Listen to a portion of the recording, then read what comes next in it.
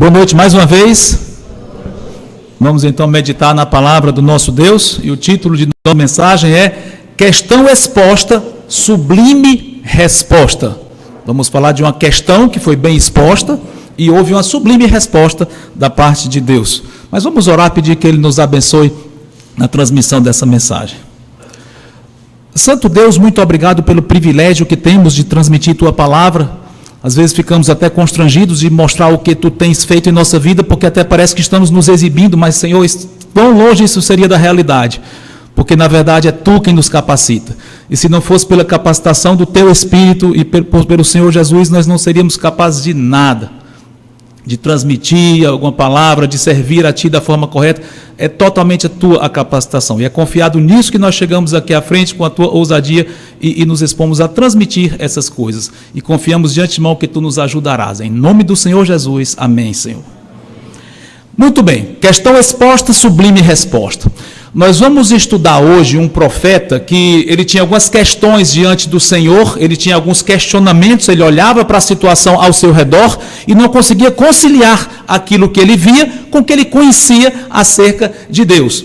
E a reação dele foi boa, no sentido de que ele correu ao Senhor, correu a Deus pedindo: Senhor, eu não estou entendendo, por que as coisas ao meu redor estão tão estranhas e Tu não estás fazendo nada? Eu sei quem Tu és, então não combina, o que eu estou vendo ao meu redor não combina com a teologia que eu sei que é verdadeira. Então o profeta chegou até o Senhor derramando o seu coração, e a resposta que Deus deu para ele confundiu ainda mais. Mas depois veio outra questão exposta novamente, e aí veio uma resposta que mudou completamente a atitude do profeta.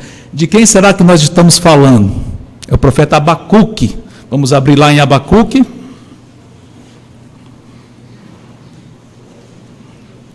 Final do Antigo Testamento, é considerado um profeta menor, um dos 12 profetas menores, assim chamados, porque os seus livros são menores, digamos assim, em termos de extensão. Chegaram lá? Talvez por ser um livro não tão conhecido, alguns tenham que recorrer ao índice, não tem problema. Ou então vai para o fim do Antigo Testamento e vem voltando, que chega rápido também. Chegaram lá em Abacuque? Bom, nós não sabemos muitas informações acerca dele, porque ele não é tão conhecido assim, mas entende-se que ele deve ter vivido mais ou menos no ano 610 a.C., ou seja, no final do século 7 a.C., numa época em que a situação do reino Judá estava péssima, muito ruim espiritualmente. A parte norte do reino, chamada Israel em si, já tinha sido levada cativa para a Síria, espalhado pelos assírios, e a parte sul, chamado Judá, onde ele estava permanecendo, mas numa situação espiritual degradante.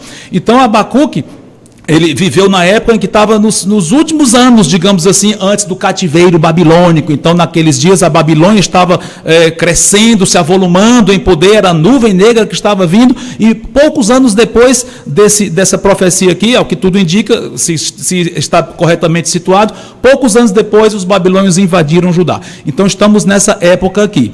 E por que ele estava tão confuso? Qual foi a primeira questão que ele colocou diante do Senhor? Olha, vamos ver o comecinho do livro, Abacuque 1, 2 a 4, nós não vamos ler o livro todo, é um livro curto, são 3 capítulos, mas não vamos ler o livro todo, senão alguns trechos dele. Tá? Abacuque 1, 2 a 4, diz assim: Até quando, Senhor, clamarei eu e Tu não me escutarás? Gritar-te-ei, violência, e não salvarás. Por que me mostras a iniquidade e me fazes ver a opressão? Pois a destruição e a violência estão diante de mim. Há contendas e o litígio se suscita. Por esta causa a lei se afrouxa e a justiça nunca se manifesta, porque o perverso cerca o justo e a justiça é torcida. Ou seja, ele estava vendo a iniquidade dentro do próprio povo dele, os próprios judeus, o povo da aliança, a quem Deus revelou a sua lei, os profetas falavam diretamente as palavras de Deus para aquele povo, eles tinham aliança, tinham o templo, tinham os sacerdotes, tinham o sacrifício, tudo aquilo, mas esse povo estava andando de uma forma muito ruim, muita opressão, violência, e nada acontecia, não havia justiça acontecendo ali. Ele ficou impressionado: Senhor, por que está acontecendo isso? E ele recorreu ao Senhor. Vamos ver a resposta de Deus, que, como comentei, deixou ainda mais confuso o profeta. Estamos no versículo 5 em diante. Diz assim: Vede entre as nações, olhai, maravilhai-vos e desvanecei, porque realizo em vossos dias obra tal que vós não crereis quando vos for contada. Ou seja, Deus está dizendo, eu vou fazer algo impressionante que vai realmente lhe deixar bem impressionado. Aí ele vai explicar o que é, versículo 6, Abacuque 1 e 6. Pois eis que suscito os caldeus, nação amarga e impetuosa, que marcham pela largura da terra, para apoderar-se de moradas que não são suas. Aí ele vai descrever os caldeus, os babilônios. Versículo 7, vou ler só até o 8. Eles são pavorosos e terríveis, e criam eles mesmos o seu direito e a sua dignidade. Os seus cavalos são mais ligeiros do que os leopardos, mais ferozes que os lobos. Ao anoitecer, são os seus cavaleiros, que se espalham por toda parte. Sim, os seus cavaleiros chegam de longe, voam como águia, que se precipita a devorar. Isso até o 9 diz assim, eles todos vêm para fazer violência. O seu rosto suspira por seguir avante, eles reúnem os cativos como areia. E continua aqui. Abacuque ficou mais confuso, porque Deus disse, eu vou punir vocês. Interessante como nós vemos até aqui uma certa lógica, digamos, lógico, tudo que Deus faz é lógico, evidentemente, mas nem sempre nós compreendemos essa lógica. Mas aqui nós vemos, é tão claro, o povo de Israel que tinha a lei, não estava usando a lei, pois Deus mandou um povo que fazia a sua própria lei, e os judeus iam padecer muito nas mãos desse povo. Mas Abacuque ficou estranhando, Senhor, quer dizer que nós vamos, como se ele dissesse, estou parafraseando aqui, evidentemente, mas ele ficou, tudo bem, o povo vai ser punido, é merecido, mas por um povo que é mais pecador ainda, talvez Abacuque estivesse esperando a intervenção divina, gloriosa, no sentido de, talvez, eu estou imaginando, anjos ou algo sobrenatural acontecendo, Deus vindicando a sua santidade ali, destruindo os ímpios e beneficiando os poucos fiéis dentre o povo, Deus vindicando ali. Talvez Abacuque esperasse uma intervenção nesse nível, ou que Deus convertesse todos. Mas quando Deus disse que ia mandar uma nação pior ainda para puni-los, ele ficou pensando, mas Senhor, como é que pode? Então vem alguém que é mais pecador ainda do que o teu próprio povo, esses vão nos vencer, e eles não são injustos também? Abacuque ficou mais confuso ainda. Isso nós podemos ver claramente no versículo 12 em diante, olha só. Abacuque 1 e 12. Não és tu desde a eternidade, ó Senhor, meu Deus, ó meu santo, não morreremos. Ó Senhor, para executar juízo puseste aquele povo. Tu, ó rocha, o fundaste para servir de disciplina. Ele entendeu bem isso, interessante. Mas olha só, tu és tão puro de olhos que não podes ver o mal, e a opressão não podes contemplar. Por que, pois, toleras os que procedem perfidamente e te calas quando o perverso devora aquele que é mais justo do que ele? Entenderam? Interessante que Abacuque conhecia bem ao Senhor, por isso que ele estava confuso. Perceberam quantos atributos de Deus vêm à tona aqui nessas poucas palavras de Abacuque? Ele fala de que Deus é eterno, fala que Deus é santo, ele fala de que Deus é justo, ele executa juízo, né? Rocha, ou seja, firmeza, ele conhece ao Senhor. E além disso, só pelo fato dele invocar o Senhor, evidentemente ele confia que o Senhor ouve a oração dele, a onisciência, e não só isso, mas que Deus se relaciona com ele. O aspecto de Deus, um Deus pessoal, que tem um relacionamento pessoal com o seu povo. Ele entendia todas essas coisas. Por isso é que ele não entendia como é que pode um povo tão ruim vai nos vencer e vai ficar por isso mesmo, Senhor? E aí? Então, mais uma vez, Abacuque derrama a sua questão diante do Senhor. Ele expõe a sua questão, uma questão exposta diante do Senhor, mas para as questões que estão diante do Senhor, há sublimes respostas, e Deus vai responder. Capítulo 2, olha como é interessante aqui, nós vamos ver só alguns versículos do capítulo 2, não todos, mas diz assim, Abacuque diz, por-me-ei na minha torre de vigia, colocar-me-ei sobre a fortaleza e vigiarei para ver o que Deus me dirá e que resposta eu terei à minha queixa. Ou seja, ele derramou sua oração e ficou atento esperando a resposta. Confiança que Deus ia responder. E aí, continuando aqui. O Senhor me respondeu, versículo 2, e disse, escreve a visão, grava sobre tábuas, para que a possa ler até quem passa correndo. Ou seja, Abacuque, o que eu vou te responder não é algo que vai ficar escondido, tu vai manter segredo. Divulga, pode espalhar, proclama essa palavra que eu vou te dizer. É o que Deus está dizendo. Versículo 3, porque a visão ainda está para cumprir-se no tempo determinado, mas se apressa para o fim e não falhará. Se tardar, espera-o, porque certamente virá, não tardará. Ou seja, a visão vai cumprir, mas não hoje, no tempo determinado. Mas vai, pode esperar. Versículo 4 é um dos versículos mais famosos de todo o Antigo Testamento e talvez da Bíblia, por causa de uma certa frase que tem aí. Abacuque 2:4. Eis o soberbo, sua alma não é reta nele, mas o justo viverá pela sua fé. Frase, essa frase resume a resposta de Deus para Abacuque: o justo viverá pela sua fé. Eu acho que todos nós já ouvimos essa frase antes, especialmente na Bíblia. Então é a frase que nós somos familiares com ela. E de fato o Novo Testamento cita 3 vezes essa frase de Abacuque. O autor de Hebreus a cita, faz uma citação dela e aplica, e Paulo cita 2 vezes essa mesma frase aqui, uma em Romanos e outra em Gálatas. Qual o sentido dessa frase? O que será que Deus quis dizer com isso, Abacuque? O soberbo, a alma do soberbo não é reta, mas o justo viverá pela sua fé. Entendo que há alguns aspectos em que podemos aplicar corretamente essa mesma verdade. Uma delas é um aspecto bem prático. O justo vive pela sua fé, não é pelo que você vê. Você não vai enxergar tudo acontecendo de uma forma perfeita, harmônica, eu vindicando a minha justiça automaticamente, imediatamente. Não, ainda não, por enquanto não. É pela fé, porque você vai ver coisas ao seu redor que parecem confusas, parecem até contradizer a minha santidade, embora não contradiga. Eu estou parafraseando, evidentemente, Deus não falou exatamente dessa forma, eu estou interpretando da forma como eu entendo que esse versículo deve ser interpretado. Ou seja, o justo, Abacuque, vai viver pela fé, confiando em mim, mesmo que não entenda, mesmo que não veja a minha mão operando ao redor. Essa é uma implicação bem prática que fala de algo como é que nós devemos viver em termos práticos. E é assim que o autor de Hebreus usa essa frase. Mas há também um outro sentido, bem profundo teologicamente. É que o justo, aquele que é declarado justo por Deus, e isso ocorre através da fé. Em outras palavras, ninguém é justo por si só, ninguém é justo, mas aqueles que Deus considera justo, Deus o faz através da fé daquela pessoa, não por mérito pessoal. Ninguém pode dizer, eu sou justo diante de Deus, Deus me considera justo porque eu sou. Não, a não ser Jesus Cristo. Mas tirando ele, ninguém pode dizer.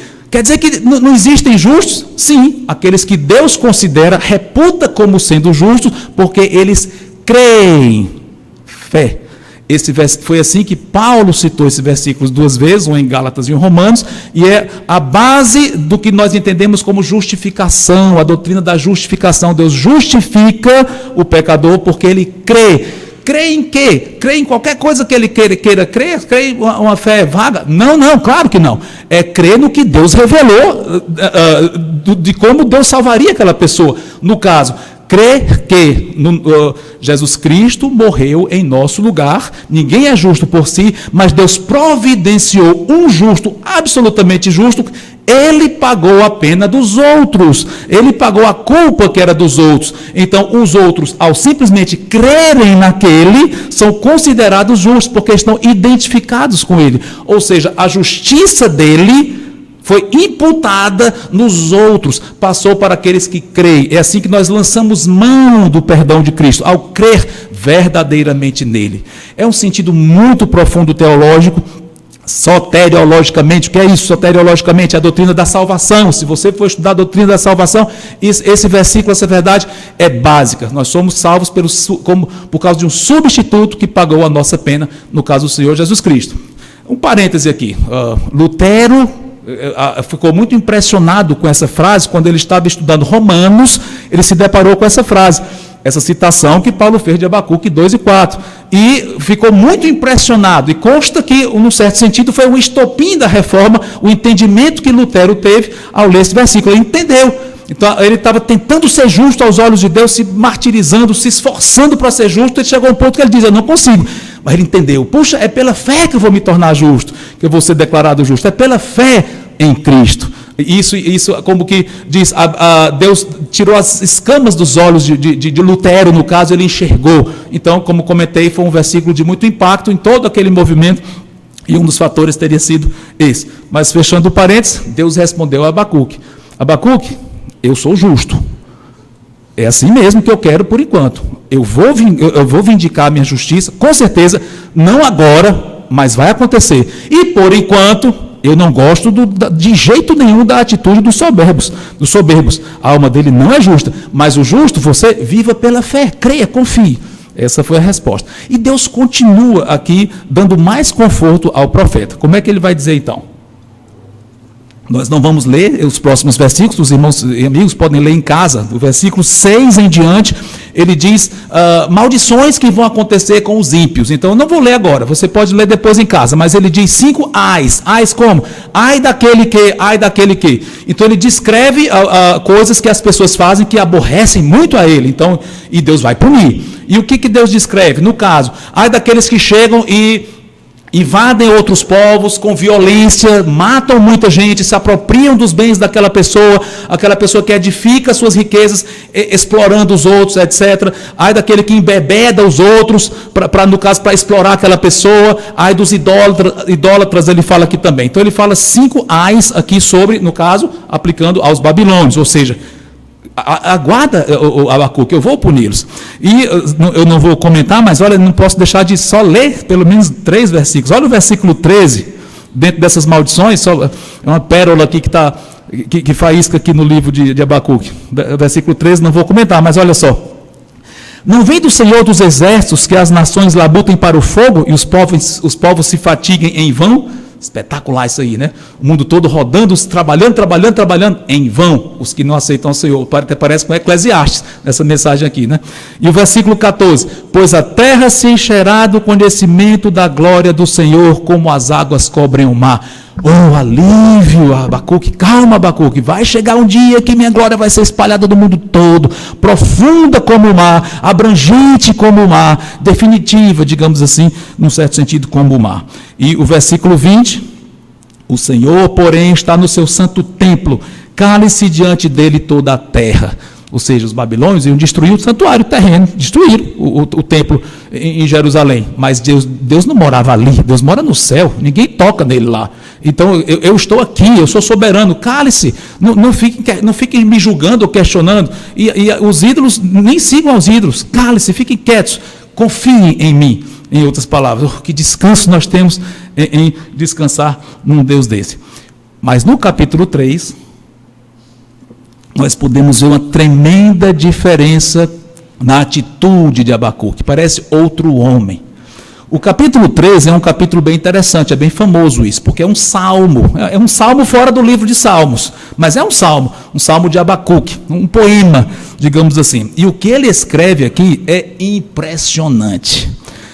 Eu acho que ele está escrevendo a teofania. O que é isso? Deus aparecendo. Ele deve ter tido uma visão do Senhor e ele descreve aqui de uma forma muito impressionante. Olha só, vamos ler apenas alguns versículos. Versículos 2 a 4. Aliás, não, do 3, desculpa. Versículos 3 a 6, olha só. Deus vem de Temã e do monte Parã vem o santo. A sua glória cobre os céus e a terra se enche do seu louvor. O que é Temã, o que é Parã?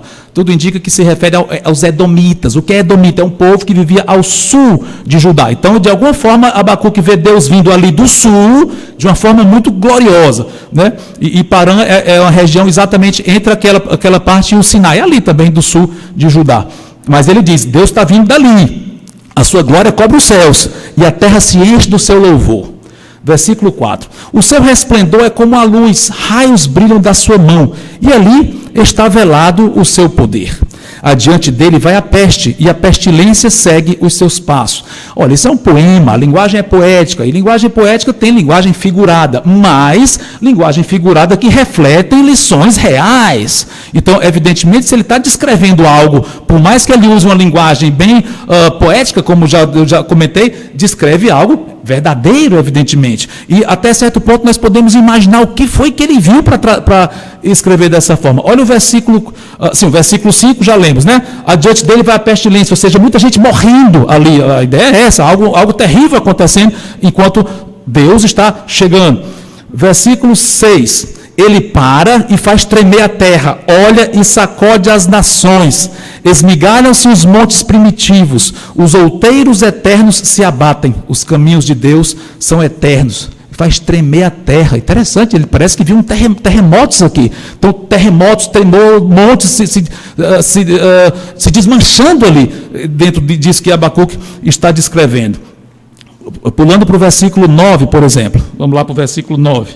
Diz assim: tiras a descoberto o teu arco, e farta está a tua aljava de flechas. Tu fendes a terra com rios. A ideia de, talvez, os terremotos, fazendo com que a água penetre. Aí, o versículo 10, olha só. Os montes te veem e se contorcem. Passam torrentes de água. As profundezas do mar fazem ouvir a sua voz e levantam bem alto as suas mãos. Por mais que nós entendamos que a linguagem figurada e poética aqui, o mar levantando as mãos, mas o que foi que ele viu para ele descrever dessa forma? Talvez maremotos? Será que é estranho para nós imaginarmos grandes manifestações no mar? Talvez o mar se abrindo, como já aconteceu isso, não é estranho para nós. Lembra? No êxodo, o mar literalmente se abriu. Então, talvez ele esteja vendo aqui algo grandioso acontecendo, um maremoto, ondas enormes acontecendo, o mar levantando as suas mãos, quem sabe. Mas ele está descrevendo algo muito grandioso aqui, envolvendo o mar. Olha o versículo 11. O sol e a lua param nas suas moradas, ao resplandecer a luz das tuas flechas sibilantes, ao fulgor do relâmpago da tua lança. Na tua indignação marchas pela terra, na tua ira calca aos pés as nações. Tu sais para salvamento do teu povo e para salvar o teu ungido. Feres o telhado da casa do perverso e lhe descobres de todo o fundamento. Interessante, ele fala de Deus, segundo ele está descrevendo, marchando pela terra, andando, marchando aqui, né? E com ira, destruindo os inimigos aqui que ele fala, e ao mesmo tempo em que ele está destruindo os inimigos, o que ele está fazendo também, segundo Abacuque descreve? Um contraste. Tu sais para salvamento do teu povo, teu ungido, aquele que tu escolheu. Ou seja, ele salva alguns e destrói outros. Irmãos, aqui, e aí prossegue. Alguns entendem, alguns teólogos, que Abacuque está simplesmente descrevendo eventos passados da história de Israel. E, de fato, existem situações no Antigo Testamento que parecem muito com o que ele está descrevendo. Não tenha dúvida. Acabei de mencionar o Mar Vermelho se abrindo. Mas, será que ele está falando de algo passado? Não me parece, não. De que ele simplesmente imaginar algo que já tinha acontecido podia certificá-lo de que aquilo ia acontecer novamente? E um outro autor comenta que os tempos verbais aqui não são bem definidos, podem ser passado, presente ou futuro. Seja como for, entendo eu que no contexto ele está descrevendo algo que vai acontecer. E talvez até na mente dele estivesse se lembrando de algo que havia acontecido no passado, a abertura do Mar Vermelho, pode ser. Em situações em que Deus manifestou a sua ira de várias formas. E, aliás, lembra que no livro de Josué fala que o sol se deteve durante um bom tempo no céu. Houve manifestações no céu, é verdade. Mas, entendo eu que isso, o profeta vê muito mais do que simplesmente olhar para o passado e dizer, Deus agiu dessa forma e vamos lembrar aqui. Não. Eu entendo que ele está descrevendo algo futuro. Vai acontecer isso. E o passado exerce um poder interessante de mostrar que Deus já fez isso. Então Deus vai fazer novamente de uma forma talvez maior ainda. Agora, vocês pegaram na mente aí essa descrição que Abacuque fez desse evento? Ele fala de Deus como marchando, andando, terremotos acontecendo, sol e a lua parados, mar se movendo, inimigos sendo destruídos e ele salvando o seu povo. Essa imagem é familiar para vocês? Ou será que está muito fantasioso demais? Isso não existe. Irmãos, isso parece muito com a segunda vinda de Cristo. Vou ler uma passagem só que fala da segunda vinda e nós vamos ver, será que tem paralelos que nós podemos traçar entre o que o próprio Senhor descreveu e isso aqui? Vamos ver. Eu poderia ler outras passagens, mas vou ler só uma. Ele próprio descrevendo a vinda dele, no famoso sermão profético, o sermão do Monte das Oliveiras, que é um dos 5 sermões do livro de Mateus. Vamos lá para Mateus 24.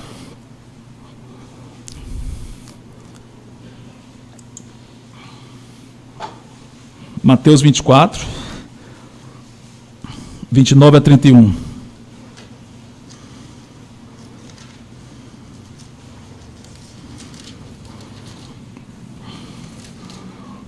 Famoso sermão escatológico do Senhor Jesus Cristo. Ele vem descrevendo um evento, uma tribulação terrível que acontecerá, e de forma especial sobre os judeus, sobre o mundo todo, mas os judeus vão sofrer muito nessa tribulação. Ele vem contando e chega nesse ponto aqui. Versículo 29. Logo em seguida a tribulação daqueles dias, o sol escurecerá, a lua não dará a sua claridade, as estrelas cairão do firmamento e os poderes dos céus serão abalados. Então aparecerá no céu o sinal do Filho do Homem, manifestações no céu. Todos os povos da terra se lamentarão e verão o Filho do Homem vindo sobre as nuvens do céu com poder e muita glória. E ele enviará os seus anjos com grande clangor de trombeta, os quais reunirão os seus escolhidos dos quatro ventos de uma a outra extremidade dos céus. Várias outras passagens eu poderia citar, Apocalipse 19, do versículo 11, salvo engano, até o fim, ele descreve a segunda vinda de Cristo com mais detalhes. Sabemos que naquela ocasião, quando ele voltar, Jerusalém estará sendo altamente massacrada por inimigos, haverá um personagem terrível, o anticristo, que odiará os judeus, ele estará chefiando uma confederação de nações que estarão reunidas ao redor de Jerusalém, e naquele momento crucial, Cristo volta e destrói os exércitos inimigos de Israel. Isso Apocalipse deixa claríssimo, e vai lançar o anticristo direto no lago de fogo. Olha como combina essa descrição que nós vemos do Novo Testamento. Aliás, Paulo, em 2 Tessalonicenses, fala que ele vem com chama de fogo, punindo os que são contra o povo dele e dando conforto aos que são dele. Enfim, interessante como esses aspectos dessas descrições do Novo Testamento, falando da vinda de Cristo, combinam, entendo eu, com o que Abacuque viu aqui. Eu não estou afirmando, Abacuque está dizendo claramente que é a segunda vinda do Messias. Ele não está dizendo, mas a evidência é muito clara de que ele descreve algo muito parecido com o que nós vemos no Novo. E eu, pessoalmente, entendo que seja o mesmo evento. E isso tem alguma coisa a ver com o contexto de Abacuque? Tem. Só tem, porque durante todo o Antigo Testamento, Deus prometeu um tempo maravilhoso para o seu povo, e isso vai acontecer quando o Messias vier reinando em glória. E só então os inimigos do povo de Deus serão definitivamente punidos e o povo prosperará definitivamente. Isso combina perfeitamente com a descrição que nós vemos aqui. Ou seja, entendo eu que Abacuque olhou lá para frente. Parece que Deus mostrou para ele, de alguma forma, o que vai acontecer quando o Messias vier reinando e, enfim, as nações serão punidas e o povo será finalmente restaurado e a justiça de Deus triunfará para sempre. Não vai mais ter questões expostas nesse sentido, não vai mais ter questão diante de Deus, porque Deus solucionará todas as coisas. Entendo que seja isso, e já praticamente concluindo o finalzinho do livro, já fechando essa parte, antes de fazermos as conclusões finais, vamos ver a reação de Abacuque ao descrever essas coisas todas. Estamos no capítulo 3, versículo 17 em diante. Aliás, o versículo 16, do 16 em diante, diz assim: ouvi-o, e o meu íntimo se comoveu. A sua voz tremeram os meus lábios. Ele ficou impressionado com essa revelação. Entrou a podridão dos meus ossos e os joelhos me vacilaram. Ou seja, ele ficou fraco até fisicamente. Pois em silêncio devo esperar o dia da angústia que virá contra o povo que nos acomete. Ainda que a figueira não floresça, nem haja fruto na vide, o produto da oliveira minta, e os campos não produzam mantimento, as ovelhas sejam arrebatadas do aprisco, e nos currais não haja gado, todavia, o que diz? Eu me alegro no Senhor, exulto no Deus da minha salvação. O Senhor Deus é a minha fortaleza e faz os meus pés como o da corça, a gazela, e me faz andar altaneiramente. Aí no fim uma instrução musical, para instrumentos de cordas e tal, mas o salmo mesmo termina ali. Viram a atitude de Abacuque? Que contraste com o começo do livro. Ele entendeu. Por enquanto pode acontecer coisas desagradáveis, e o povo vai invadir Judá e vai causar muitos danos aqui, nós vamos passar provações, mas mesmo assim, Deus é justo. E qual é a reação dele em relação a Deus? Tristeza? O que você leu aí? Aonde é que diz? De alegria?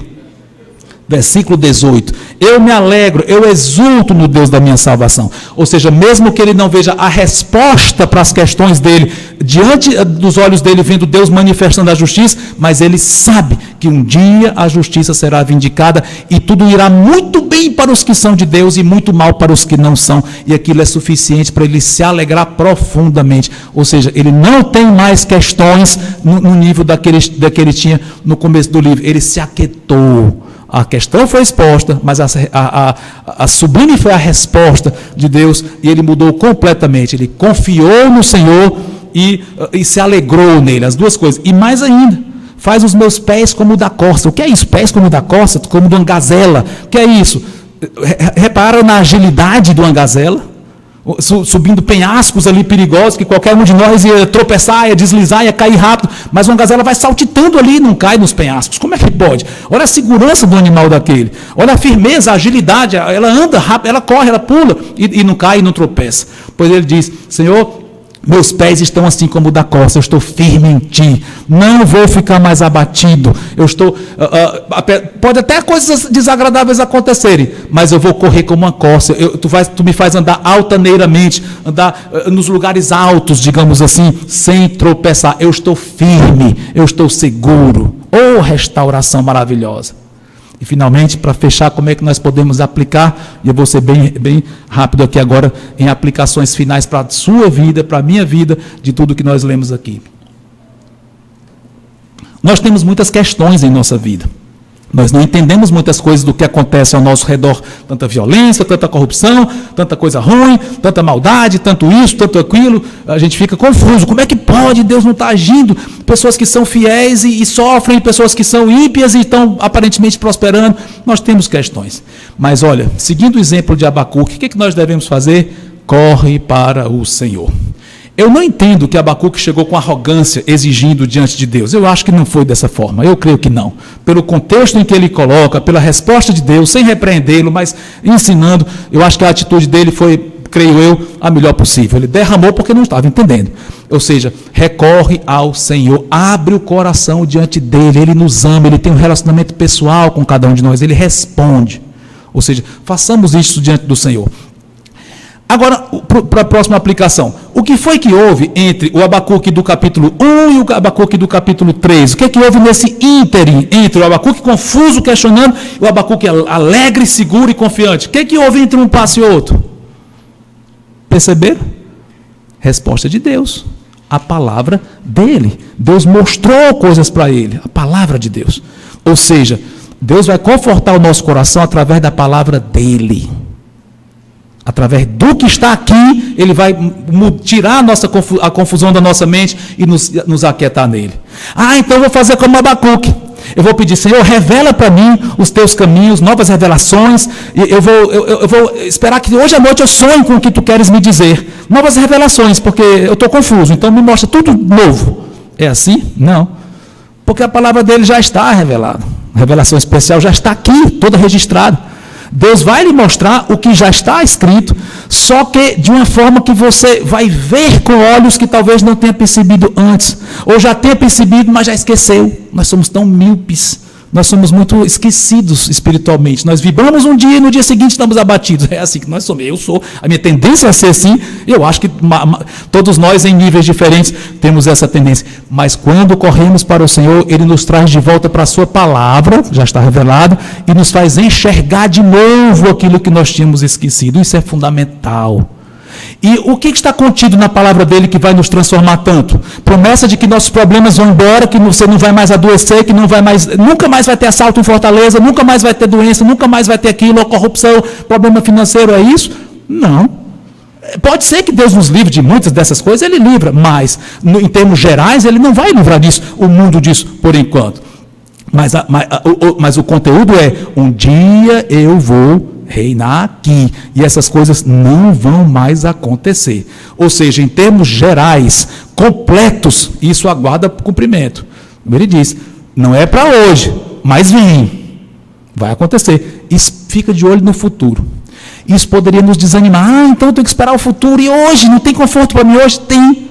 Porque a certeza do que vai acontecer no futuro gera um impacto tremendo em sua vida e na minha vida hoje. Assim como exerceu com Abacuque. Transformação. Irmãos, tem dias que nós estamos tão abatidos que não dá vontade nem de sair da cama. Se você passa por isso, não diga, eu acho que eu não sou nem crente.